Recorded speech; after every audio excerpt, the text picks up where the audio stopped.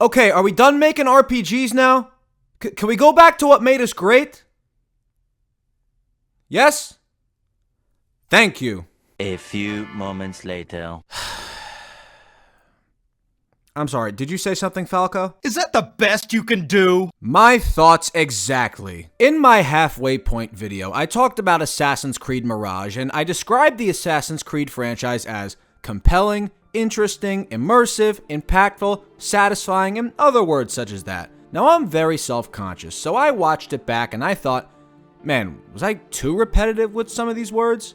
Looking back, not only should I have said them more, I also should have put the definitions, because it looks like Ubisoft forgot what those words meant. Let me start off by providing my credentials. I fell in love with Assassin's Creed in 2011 when I was in middle school. My first game was Revelations, and I loved every single minute of it. I went back and I picked up 1, 2, and Brotherhood, and then my fandom went from there with the other installments. 2 and Brotherhood to this day remain among my favorite games of all time. Hit a bump with Unity, as we all did back then. Thought Syndicate was okay. The RPG series came out and it tanked my fandom. Now we're heading back to the roots. Alright, we're heading in the right direction, right?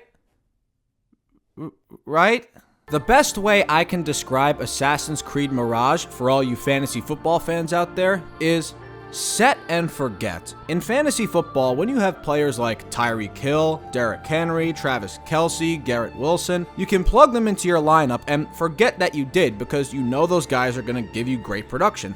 You don't need to worry about remembering about anything else. The original Assassin's Creed formula is so damn good that Ubisoft put it into the game and were so confident that players were going to eat it up and only focus on that, but they forgot to do everything else. But then it becomes abundantly clear the more you play the game that I don't think they forgot. I think they just didn't want to, because this feels like a game that Ubisoft did not want to make.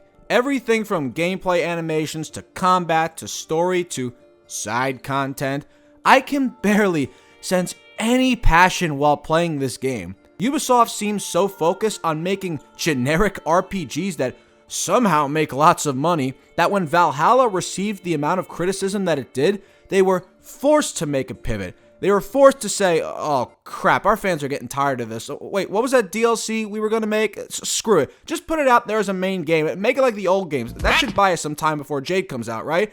Here guys, here's your stealth gameplay. Can you please shut up now? That's not to say it's bad. I still had fun with the core gameplay because, like I said, the original formula is that good, but it feels like they made the game good enough, and then they stopped at good enough. So, what does Assassin's Creed Mirage bring to the table? Does it have anything of value to offer? Well, that's where I come in. So strap in, boys and girls, and let's get down to business. Assassin's Creed Mirage takes place in 9th century Baghdad, Iraq, during the Islamic Golden Age and the rule of the Abbasid Caliphate. You play as Basim, who you'll recognize from Valhalla, at least the parts where you didn't want to faceplant off the roof of your house. He starts off as a regular street thief with a strong desire to discover his destiny, which leads him to Alamut and the Hidden Ones. Behind every mercenary is a man who gave them their orders. Wait a minute. I've heard you before. The Geth inflicted heavy casualties before you disabled the Reaper signal. Hey, Shalaran! Upon becoming an assassin, Basim returns to Baghdad to cleanse the city of the influence of the mysterious Order of the Ancients. Don't worry, the game will constantly tell you that they have lots of influence. I first want to start off with the good of Mirage. First up, not even related to the game itself, I gotta give some props to Ubisoft for pricing the game at $50 rather than the now established $70 or previous $60 price tag. For all the greedy monetization tactics that they've taken over the last few years, it's good to see them showing some restraint. Now, you can make the argument that the game still isn't worth $50, and I'd kind of jump on board that argument, but there has to be some credit given for not being completely oblivious. Yes, the bar has been set that low, but then you look at the price tag and you're like, wait a minute, this is Ubisoft. What's the catch here? Besides its short length? You'll find out. The graphics are pretty good. They do their job in bringing the world to life. No more, no less. Performance ran well, didn't really experience any stuttering or major drops. although there were some glitches and lag that I'll show periodically throughout the video depending on their category. Now I was playing on PS5. PC boys, your port good? Yay or nay? Now, what does Mirage do well? No more RPG mechanics! Yay! We got an increased focus on stealth assassinations again. The game has an abundance of hiding spots in restricted areas, including the return of the Abercrombie changing rooms, so we can change it to some fat drip and completely disregard the stat buffs, because this and this equals instant death, and that's all you need. It also gives us time to ponder, how has this guard not noticed that the prisoner cage is open? There is nothing more satisfying in an Assassin's Creed game than quietly picking off your enemies one by one, either out in the open, in a bush, in a haystack, or from behind a wall. Oh, the hidden blade sound is just music to my ears. The hunt for the Templars, or in this case, the Order of the Ancients, is now back at the forefront again, and not just tossed aside in favor of some time period plot that nobody cared about. Focusing on the Assassin-Templar struggle is what made these games so intriguing in the first place, and when it came time to assassinate a target, it felt like you were actually making a difference. Finally, the historical aspect of the game. All of the database entries and information about Baghdad's culture, landmarks, historical events, and its important figures, it does a good job of teaching the player about the real history of 9th century Iraq. Assassin's Creed games have always excelled at this, and once again in Mirage, they knock it out of the park. The people at Ubisoft in charge of researching these topics deserve all the respect in the world. Props to you guys. Now that we're done with that, let's talk about everything else. If you were to ask me what the biggest problem with Assassin's Creed Mirage is, my answer would be animations. For the most part, every problem that this game has can simply be boiled down to animations. Let's start simple. I sang my praise about the stealth gameplay, and some animations are good, others... Can someone explain this? I'm going to assassinate someone from a bush, but I'm also going to jump out into the middle of the pathway to drag the guy into the bush. I'm sure no one saw that. As you know, the assassins of Iraq were very advanced for their discovery of the carotid artery. What is this? This is the dumbest animation for a stealth kill in any game I've ever played, much less Assassin's Creed. Who greenlit this? Also, for whatever reason, when you go to assassinate someone, the game has to get both character models in position first before you actually kill them. I'm convinced this is an outdated engine thing because none of the old Assassin's Creeds had this pause. They just immediately snapped to the kill. This also leads to hilarious situations where the enemies prepare their bodies for their trip to the afterlife. Oh, guys, act natural. He's coming. How's my hair? Oh, wait, never mind. Yes, it's my turn! Other times, for whatever reason, when you assassinate someone from a bench, Bassem decides to do it incredibly slowly. Hey man, now that you're on YouTube, can you connect me with Sniper Wolf? I don't have those connections. I really love watching her content. It's not exactly hers. Oh, it's my Hold on, you're not thinking straight. Just wait here, let me go get some help. So you're telling me I can't even enjoy the core gameplay loop entirely because of the inconsistency in the way it looks? Really? The game introduces the chain assassination, where you hold down R3 or whatever the respective key is on the platform that you're using. You target a certain amount of enemies and you can kill them in succession. Now, some people think that this breaks the game. I personally can take it or leave it. At least they tried something new. Now, in my halfway point video, I said that the animations for this were horrible. Literally the day I posted that video, I started getting good animations. Did I just have terrible RNG? Was it tied to a skill upgrade? Like, I genuinely have no idea how to explain this. All of this bleeds over into the combat. Now, I wanted to finish the game before I made this statement, and now I am 100% confident in this statement. This is the worst combat Assassin's Creed has ever had, and I do not say that lightly. The thing that killed my enjoyment of this game was when I went to hit a soldier and he didn't even move. Excuse me? When you hit someone with your sword in Assassin's Creed Mirage, the enemies have to decide whether or not they want to react to your strike. A lot of the time, when you hit someone, they just take it. What? This is the most basic thing to implement when animating combat. Every time an enemy gets hit, they should have a reaction animation to simulate the look of, you know, Getting hit by a sword. Why does it work sometimes and doesn't others? Look at this. I hired a mercenary group to raid some enemies in an excavation site. Watch as my dude just poises through everything like he's running a strength build. Look how terrible this looks. Have you ever seen anything as immersive breaking as when you're hacking at an enemy and he just shears through it? Ubisoft, is this a sword or a damn pool noodle? Is this Assassin's Creed or Family Swim at the YMCA? I'm honestly just waiting for the lifeguard to blow his whistle, but the difference is that when I hit my brother in the head with a pool noodle, he starts crying. This guy just seems to like it. Oh yes, hit me harder. What the f is wrong with you? This is not even mentioning the problem that other people have with the combat, calling it outdated. Now I will say, this type of combat is not going to win you over fans. If it's as simple as gold can be countered, red should be dodged. People have been explaining that this is a throwback to the old Assassin's Creed when combat wasn't fleshed out because you weren't supposed to get into combat. You're an assassin. And I'm going to be honest, that was what I loved about the older games, because I did not need complex combat. So taking guys out with the limited mechanics that you had felt like you unlocked a cheat code. But the reason why it worked better back then was because it felt reactive, impactful, and satisfying. Go back to any of the old games. When you hit someone, there was some form of reaction. Your swords would clang together, they'd be forced back. When you actually hit them, they flopped back or just took the combo before succumbing to death. Say what you want about its clunky, rinse and repeat nature, but it at least felt like something was happening. Furthermore, we've been talking about animations as it relates to combat. I'm going to play for you a compilation of counter kills from past Assassin's Creeds. Check out how these look.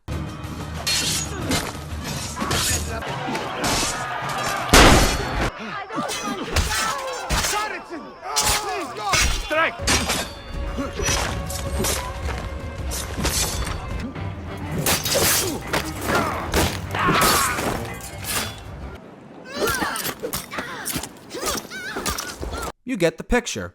Also, that was just with one of the weapons in each game. There's multiple animations for each weapon type. Now, how does Mirage treat its counter kills?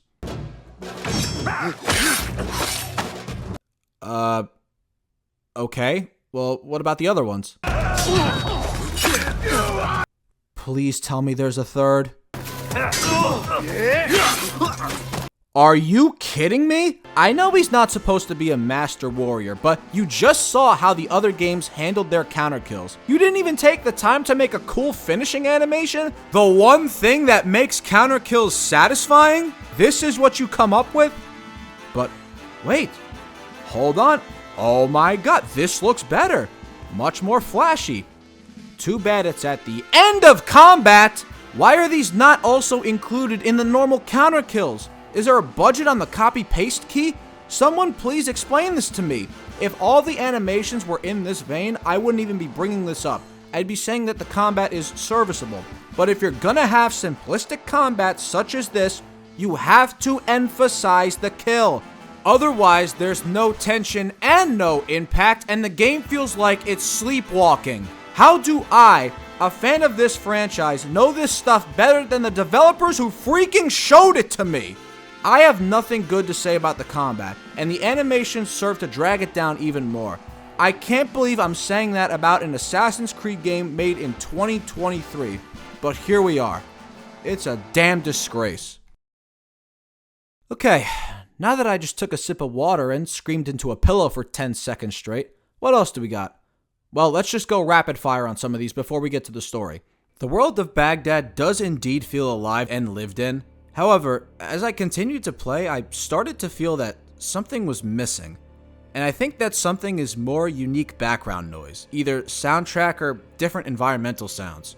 Like when I went back to AC2 and Brotherhood to get footage, I immediately felt like I was getting hit in the face with Italian culture. The soundtracks were a great backdrop to enhance the echoes of Italians yelling back to each other. The Kenway trilogy didn't have soundtracks in the background of their worlds, but in AC3 when you're in Boston, you have the sound of the patrols beating the drums. And in Black Flag and Rogue when you're at sea, you got the sea shanties. All these things made the world feel more alive. I don't feel like Baghdad and Mirage really hammers home the point that this is the golden age of Islam and the height of Iraqi culture. It just feels like a generic Middle Eastern city on a normal Saturday. I don't know, maybe it's just me. What do you guys think? Am I nuts? The game places more emphasis on parkour as well, which is a welcome sight. In the RPG series, there was so much open land that you never really used it as much. But in the city of Baghdad, there's more buildings than land, so of course, it was going to make a strong comeback. When it works. For the most part, the parkour feels smooth. Seeing Basim glide around effortlessly up a wall will never not feel good. Other times he just says, no. Just no. No, I will not step on that side of the wall. This side feels fine, but this one, no, that thing rubs me the wrong way. Windows are still a pain to get through. You'd think by 2023 we would have figured this out by now. When the game first launched, the parkour was very, very janky. More janky than it is now. And yeah, look, I can't be the only one who got this glitch, right? Also, Basim confirms his fear of windows as one frightens him so much that his soul leaves his body for a second. Alright then. If you're in a chase, just don't jump on anything because Basim likes to admire the view before realizing that if the guards catch him, we'll have to go to family swim with the creep who likes getting hit. It's just inconsistent, and that's my biggest problem with it. Other things, I mentioned in my halfway point video that I liked the investigation system because it felt good to play detective and uncover new clues that would lead to more Order members being unmasked. But as I continued to play through, I realized I wasn't uncovering anything. It was uncovered through the main plot. So I didn't do anything, the main story just progressed. So this chart here is just a fancy mission select screen. So now I feel stupid. There's 3 things in life that are certain: death, taxes, and Ubisoft having skill trees in their games. Skill trees that also unlock new tools that also have skill trees. Kinda. Side note, why do some of these upgrades like unlocking new tools have to come through this? It can't just come as I progress through the story. It kind of seems like they were scrambling for upgrade ideas that weren't combat abilities, so they just had to settle for this. Alright, I guess. For the tool upgrades, each tool you unlock has a different ability tier, which you can choose between 3 upgrades, including giving your blow dart the ability to have berserker darts, or giving your throwing knives the ability to dissolve enemies into sand once you kill them with it. Alright, I don't know how to explain that from a physics standpoint, but I'll take it. The notoriety system is back, and it does feel like a breath of fresh air after not having it with the RPG series. It's got 3 levels. First one, bystanders will notice you and try to call over the guards. The second, enemies will identify you on sight and investigate you. And the third level, enemies will attack on sight. I like having it back, but why does it fill up so fast? I feel like after I kill 2 guards, I'm already at level 1. I guess since the game is shorter, they thought that it would take too long with the old calculations and you wouldn't get as notorious as you should. But there's enough posters and town criers around where you can constantly be lowering it, so it feels more like an annoyance more than anything else. Speaking of criers, this game has 3 different tokens along with your basic currency: Scholar, Merchant, and Power tokens. These are things you want to use to hire mercenaries, bribe merchants to lower their prices, create distractions, and lower your notoriety. I'm just gonna say it. This is dumb. This is so stupid. There's no reason for this to be in the game, and no reason why you couldn't just use basic Durham to do these things. It really feels like Ubisoft either had or have plans to monetize these. Now, as of right now, you can't buy them, at least not that I've seen. Good. But given their track record, I wouldn't be surprised if this was in a later update. Last thing, side content. Now, as an old Assassin's Creed fan, including a fan of the collectathon that was in the Kenway trilogy, I don't really need complex side quests and expansive bloat in games. But if you're gonna have side content, you gotta do better than this. You got your contracts, where you're given objectives such as assassinate a target, rescue prisoners, steal shit, all coming complete with contractor requests or full synchronization objectives. Great, I really miss these things. These do their jobs. They're fetch quests when you want to change a pace from playing through the story. But other than that, what other content do you have? You get to steal weird artifacts from random women roaming Baghdad and return it to Dervish, who will give you materials in return. Okay. You can also steal mysterious shards from those same desperate housewives and go find a precursor cave that has cool weapons. Alright.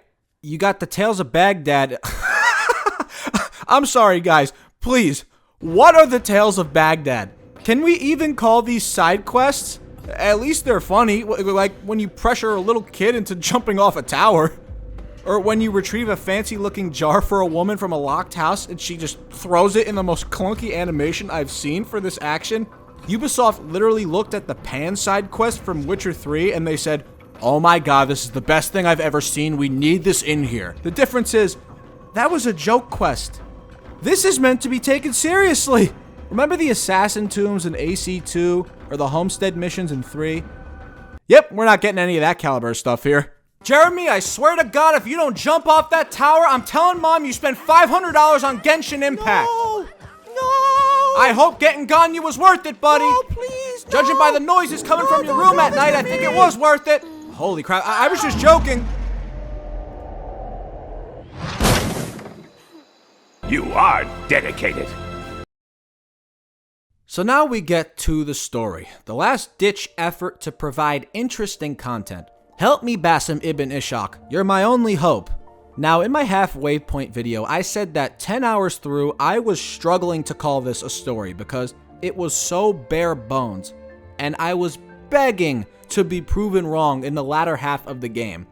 Now that I finished, damn it, I was right. The story of Mirage centers around Bassem. Now, Bassem was in Valhalla, a game that almost universally was hated, so he never got the positive attention that he deserved for being such an important character in the lore. So Mirage is your chance to give him that spotlight, give him that interesting backstory, flesh him out, and show his journey from street thief to master assassin. Now, here's the part where I say I'm getting into spoilers and I put an incorrect timestamp at the bottom of the video, but the thing is, there's no need for me to do that, because there's nothing in this game to spoil.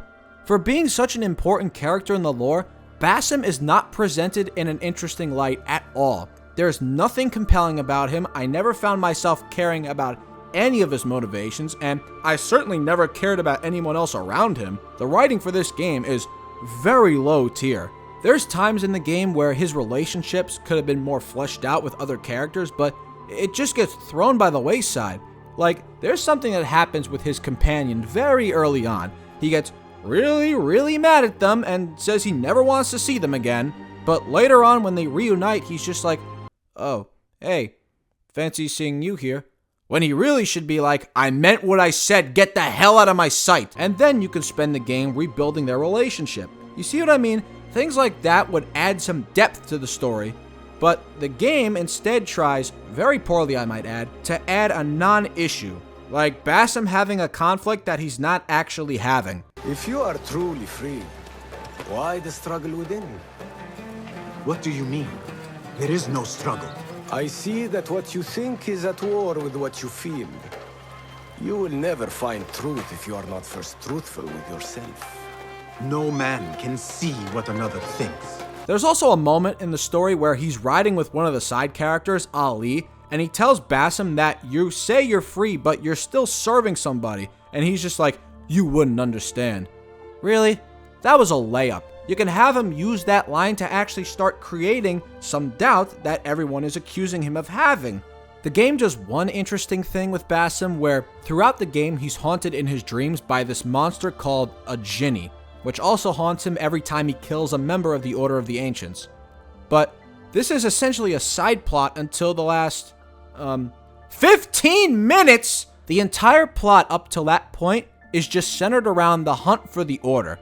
Now, like I said, the hunt for the Templars should always be at the forefront of an Assassin's Creed game, but it shouldn't purely be the plot. You need an interesting story and compelling characters to make me care about the hunt itself. You can't just make your story, "I'm an assassin, you're a Templar, you are evil, therefore you must die." That is not enough to hook people into caring. Every single Assassin's Creed right up until Unity, because Syndicate was meh, each had an interesting main plot that made the characters' reasons for hunting the Templars meaningful. And while games such as Black Flag didn't have that as the core focus, the hunt still laid the groundwork for where the story would end up going. No matter where the story went, the Templars were always the one constant. Also, we've now had 4 games with the Order of the Ancients / Cult of Cosmos. These guys suck. They're not interesting at all. The problem when you're dealing with masked shadow men is that you never actually see who you're going to kill. And while this can add some mystery, most of the time when you find out who they are, there's no connection between them and the main character. So the kill ends up just being like, oh, alright, got another one, rather than actually feeling like you made a difference. For example, would you say Micheletto is an interesting Templar? Not really.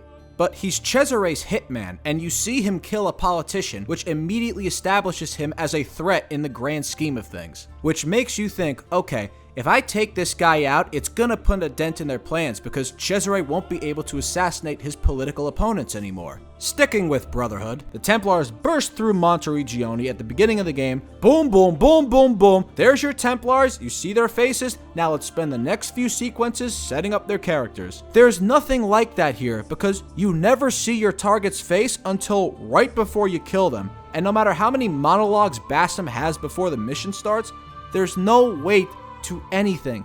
Imagine if every episode of Scooby-Doo when they unmasked the monster, it was just some random guy you never saw before.